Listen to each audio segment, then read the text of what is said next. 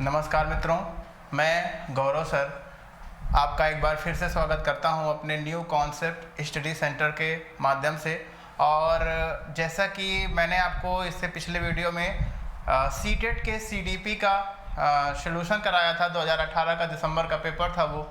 और आज मैं आपके लिए यूपी टेट 2017 का एक पेपर लेकर आया हूं, उसका सॉल्यूशन आज हम लोग करेंगे।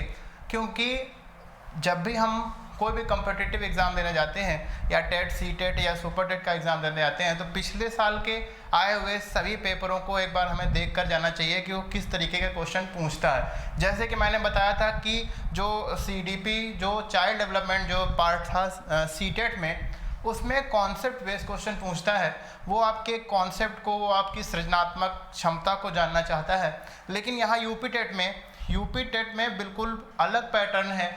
यहाँ पर पूछने का तरीका बिल्कुल अलग है। यहाँ आपसे सब्जेक्टिव मैटर पूछता है, आपने अपने सब्जेक्ट का कितना डीप अध्ययन किया है, उसके माध्यम से आप इस पेपर को सॉल्व करने जाते हैं। तो वहाँ पर जब बच्चा जाता है सी टेट में तो एक अलग माइंडसेट के साथ जाता है, पर जब यूपी टेट में जाता है तो एक अलग माइंडसेट के साथ जाता है। तो मैंने सीडीपी का सी टेट का पेपर सॉल्व कराया था, तो वहाँ पर मैंने आपको बताया था कि कैसे क्वेश्चनों को, कैसे आंसरों को पिक करना है क्वेश्चंस के।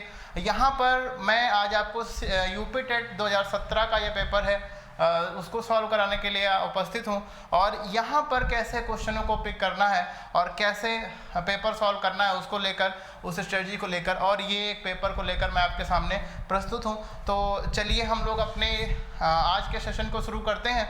इससे पहले मैं आपसे कहना चाहता हूँ कि मेरे चैनल को ज़्यादा से ज़्यादा लाइक, सब्सक्राइब, शेयर और कमेंट करें, और इसी तरीके के यूज़फुल वीडियो मैं आपको हमेशा प्रोवाइड कराता रहूँगा। तो आइए चलते हैं आज के सेशन में। हम लोग देखते हैं कि आज के पेपर में 30 सवाल हैं, 30 क्वेश्चंस हैं, उन क्वेश्चंस के क्या क्या आंसर होते हैं। और अगर आप लाइव होते मेरे साथ तो आप भी उसको आंसर करते, पर आप देखते चलिए, ये आपको बहुत ही हेल्प करेगा आपके आने वाले एग्ज़ाम्स के लिए। चलिए तो हम लोग पहला क्वेश्चन देखते हैं।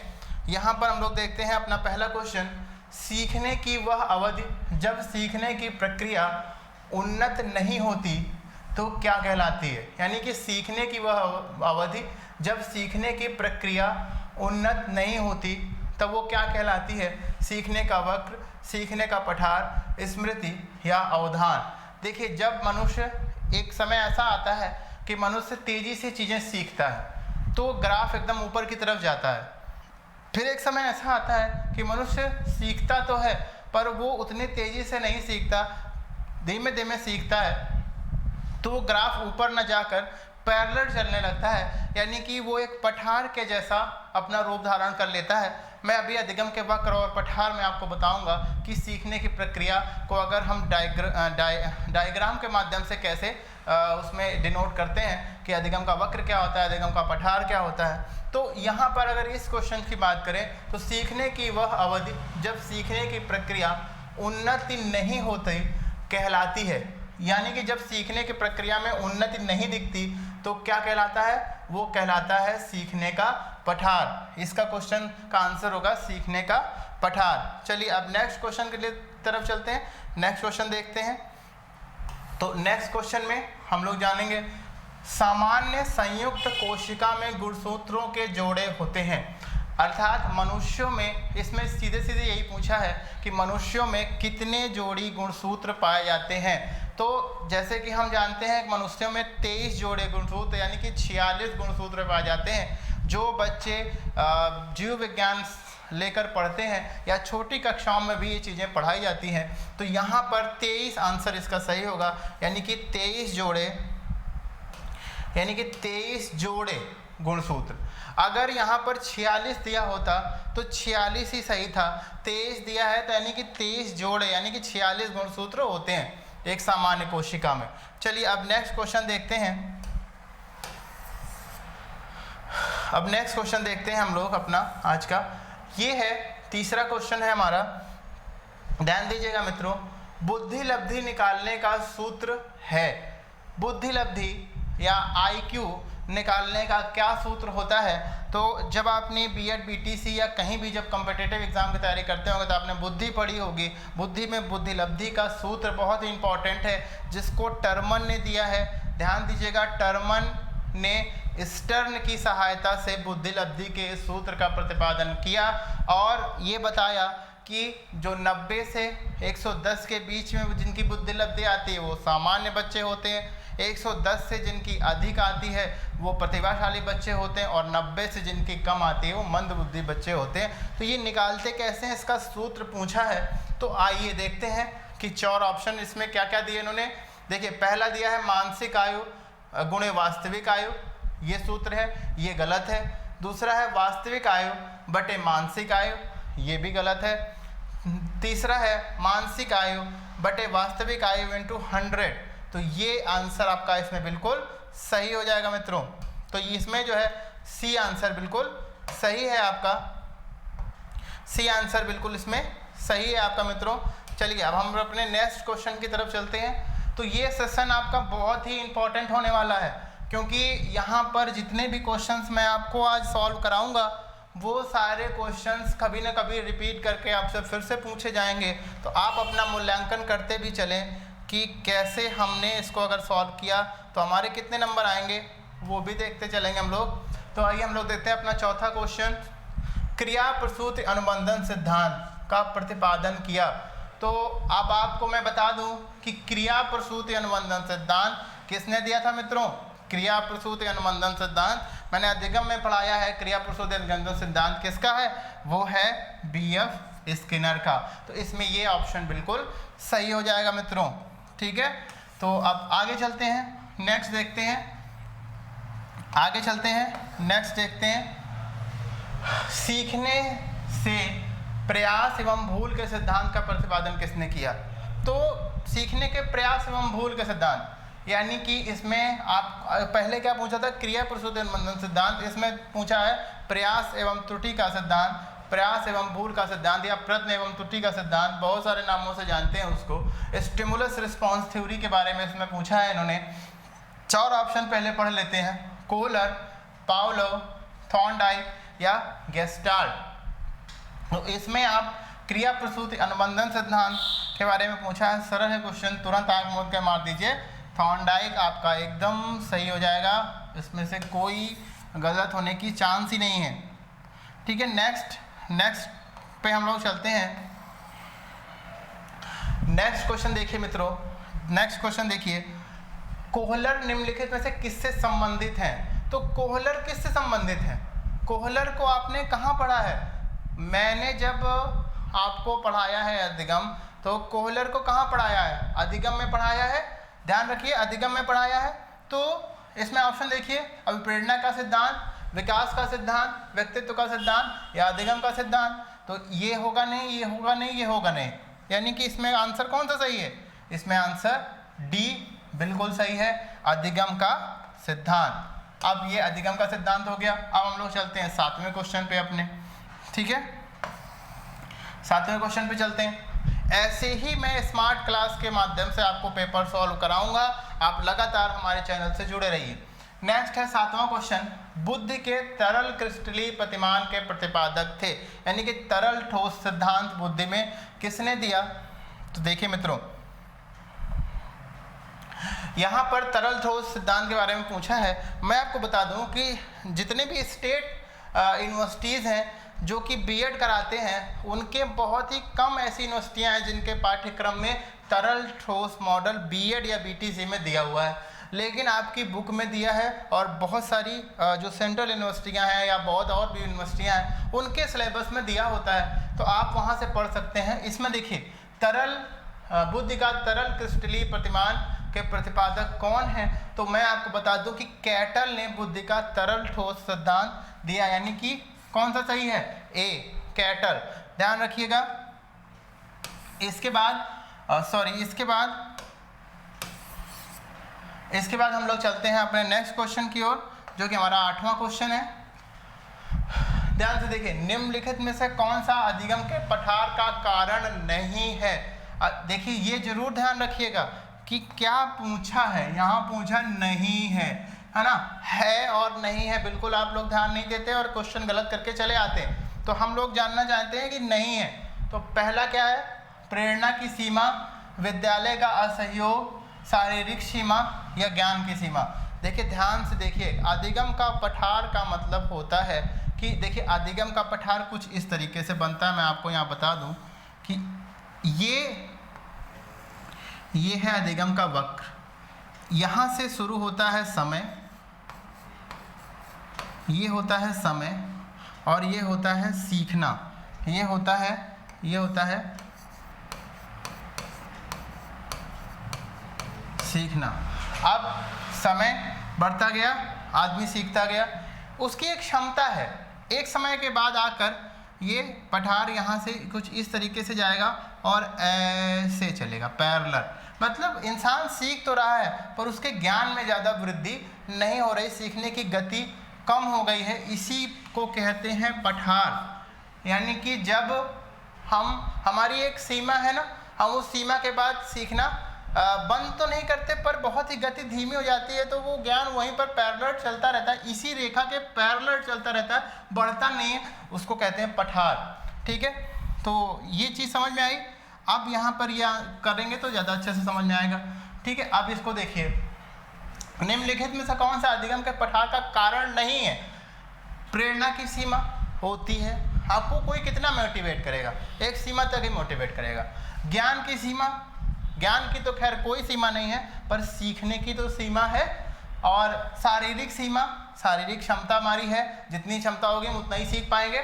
और इसके बाद विद्यालय का असहयोग। देखिए विद्यालय का असहयोग अधिगम के पठार का कारण नहीं है, तो ये बिल्कुल इसमें यहाँ पर ये आंसर आपका एकदम सही हो जाएगा, इसमें कोई इफ बट करना ही नहीं है आपको।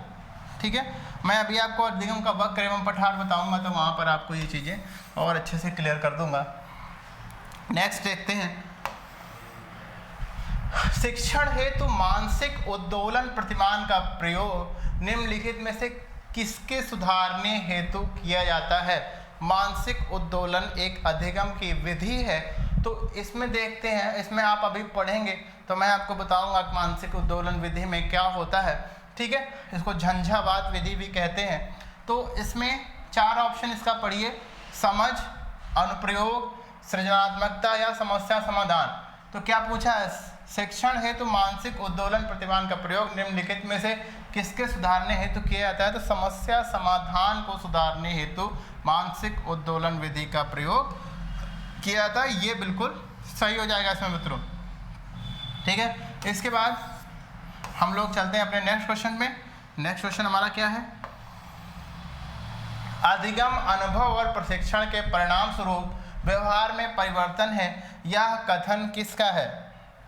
ठीक है, तो ये देखिए, ये ऐसी चीज़ें हैं, ये आपको समझनी नहीं है, इनको आपको पढ़ना पड़ेगा बुक से, कि आपको ज़्यादा से ज़्यादा परिभाषाएं याद करनी पड़ेंगी यूपी टेट के लिए। मुख्यतः यूपी टेट में इसी तरीके की परिभाषाएं दे देगा और आपको पूछेगा किसने कहा है। अधिगम अनुभव और प्रशिक्षण के परिणाम, अधिगम अनुभव और प्रशिक्षण के परिणाम स्वरूप व्यवहार में परिवर्तन है, तो ये किसने कहा है? ये कहा है मित्रों गेट्स एवं अन्य ने। गेट्स एवं अन्य की परिभाषा है, ध्यान रखिएगा, इंपॉर्टेंट परिभाषा है, पूछी भी गई है आपके सामने, मैंने इसको अभी बताया। ठीक है, इसके बाद हम लोग आगे चलेंगे। यहाँ देखिए 11वां क्वेश्चन, गोलमैन ने निम्नलिखित में से किससे संबंधित हैं? गोलमैन, तो देखिए जिन मित्रों ने अभी बीएड किया है, 2 वर्षीय बीएड किया है, तो मैं आपको बता दूं, जिन मित्रों ने 2 वर्षीय बीएड किया है उनको मैं बता दूं कि इस क्वेश्चन का क्या आंसर होगा। आइए पहले इसके ऑप्शन देख लेते हैं, फिर मैं बताता हूं आपको इसमें। ये ठीक है, ये इसके ऑप्शन हैं। अभी आपने क्वेश्चन देखा कि क्वेश्चन था कि गोलमैन किससे संबंधित हैं, तो मैं बता दूं जिस मित्र ने भी 1 साल का बीएड किया है उसके सिलेबस में ये पहले नहीं था, लेकिन जब से 2 साल का बीएड हुआ है तो वहाँ पर उन्होंने जोड़ दिया इस चीज़ को। ये सांवेगिक बुद्धि से रिलेटेड है गोलमैन, यानी कि बुद्धि से रिलेटेड है। बुद्धि में भी कैसी? इमोशनल इंटेलिजेंस से रिलेटेड है। ये जरूर ध्यान रखिएगा कि इमोशनल इंटेलिजेंस से रिलेटेड है। जिन्होंने 2 साल का बीएड किया है उसने पढ़ा होगा अपने बीएड करने के दौरान कि जो गोलमैन का सिद्धांत है वो इमोशनल डेवलपमेंट के लिए जाना जाता है। ठीक है, तो ये हो गया। अब चलते हैं हम लोग आप ये नेक्स्ट देखते हैं, नेक्स्ट देखते हैं, स्टैनफोर्ड बिने परीक्षण मापन करता है। स्टैनफोर्ड बिने परीक्षण, बिने किससे संबंधित हैं?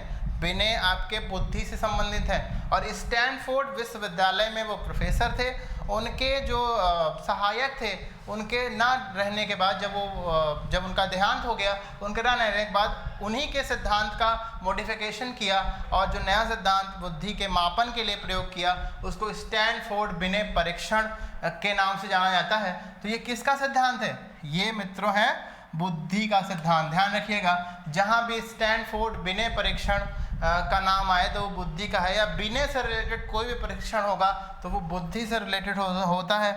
इस चीज़ का ख्याल रखिएगा, आपने पढ़ा भी है इस चीज़ को, ठीक है।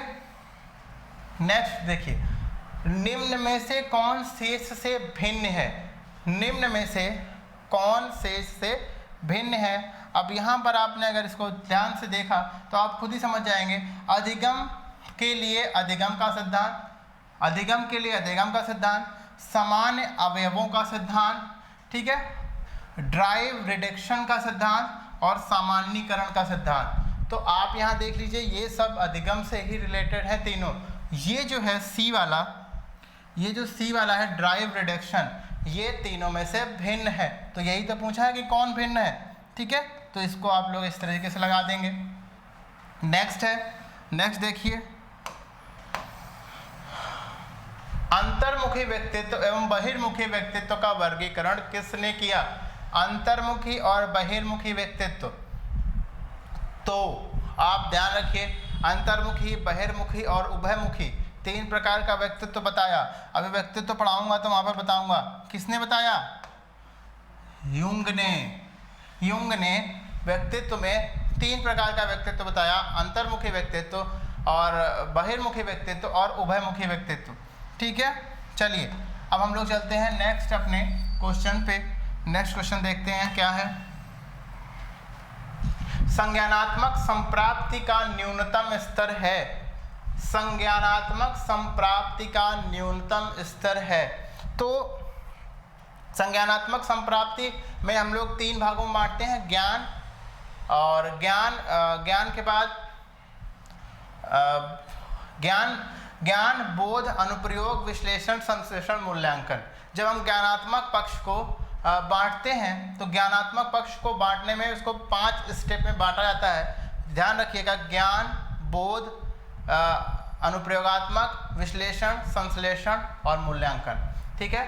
ज्ञान, बोध, अनुप्रयोग, विश्लेषण, संश्लेषण, मूल्यांकन, यानी 6 पार्ट में बांटते हैं, ठीक है। तो संज्ञानात्मक संप्राप्ति का न्यूनतम स्तर क्या है? तो अगर आप ऐसे जोड़िए, ज्ञान, बोध, अनुप्रयोग, विश्लेषण, संश्लेषण, मूल्यांकन, यानी कि मूल्यांकन सबसे उच्चतम स्तर है और ज्ञान सबसे न्यूनतम स्तर है। तो इसमें क्या हो जाएगा? इसमें हो जाएगा ज्ञान, ठीक है। ज्ञान सबसे न्यूनतम स्तर है। ज्ञान के बाद क्या आता है? बोध। बोध के बाद क्या आता है?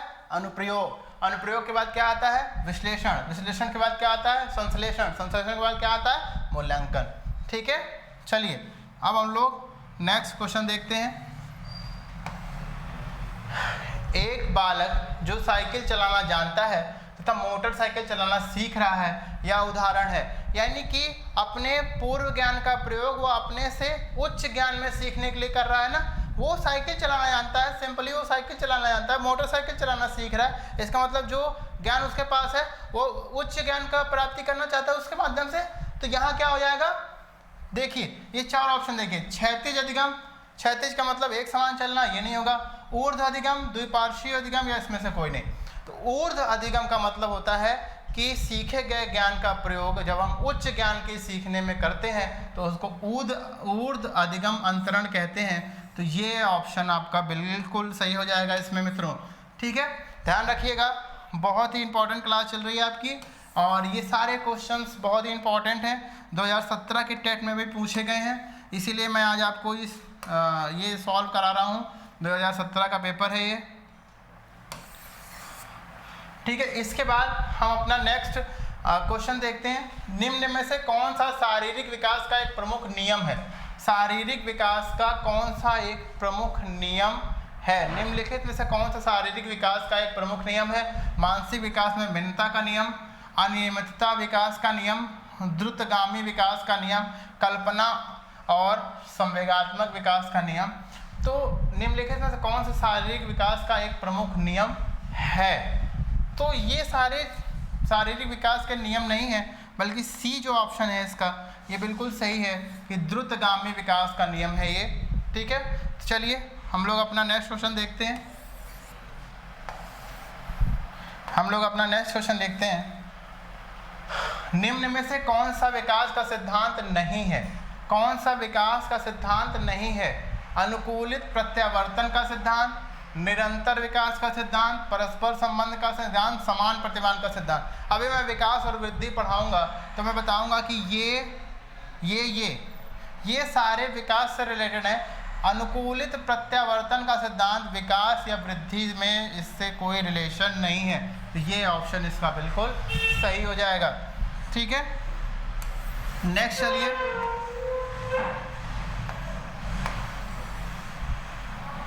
चलिए विकास के परिणाम स्वरूप नवीन विशेषताओं और नवीन योग्यताएं प्रकट होती हैं, यह कथन किसका है? तो जैसे कि मैंने अभी आपको बताया कि जब भी हम यूपी टेट का पेपर देने जाएंगे तो हमको सब्जेक्टिव मैटर ज़्यादा आना चाहिए, सब्जेक्ट का नॉलेज अच्छा होना चाहिए। और जब हम सी टेट का पेपर देने जाते हैं तो हमारा व्यवहारिक नॉलेज अच्छा होना चाहिए। देखिए यहाँ पर फिर से परिभाषा पूछ लिया उसने कि विकास के परिणाम स्वरूप नवीन विशेषताओं और नवीन योग्यताएं प्रकट होती हैं, यह कथन किसने दिया? तो मैं आपको बता दूं मित्रों, आप जाकर देख लीजिएगा, ये हरलॉक का है। हरलॉक की एक परिभाषा है जो कि उन्होंने वृद्धि और विकास के परिप्रेक्ष्य में दी हुई है। ठीक है, अब हम लोग अपना नेक्स्ट क्वेश्चन देखते हैं।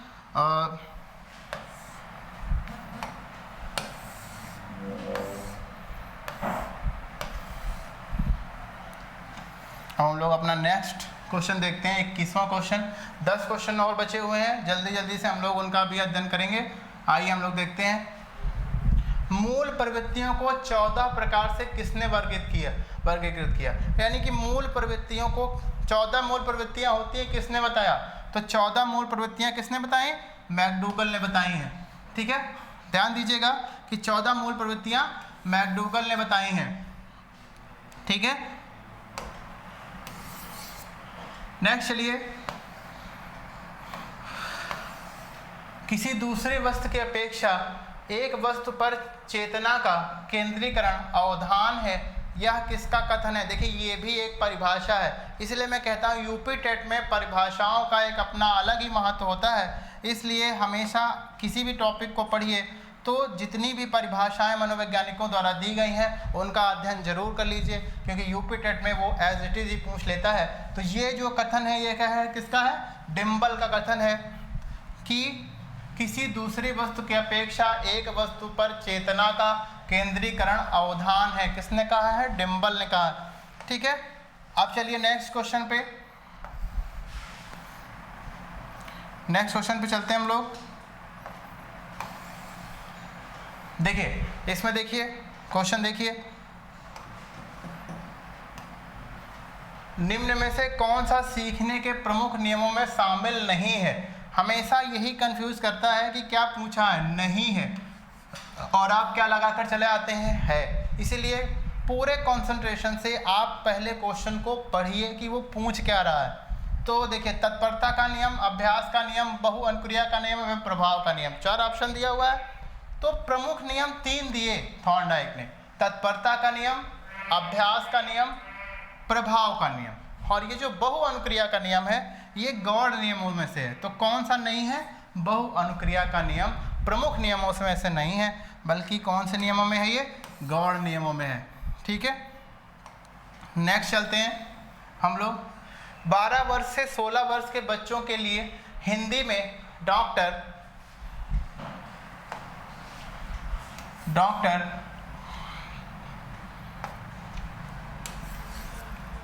एस जलोटा ने कौन सा प्रशिक्षण प्रतिपादित किया? तो आप डॉक्टर एस जलोटा को आप बुद्धि में पढ़ोगे, और बुद्धि में इन्होंने 14 से 16 वर्ष की आयु के लिए अशाब्दिक बुद्धि परीक्षण का निर्माण भारत में किया था, इसीलिए ये विख्यात है।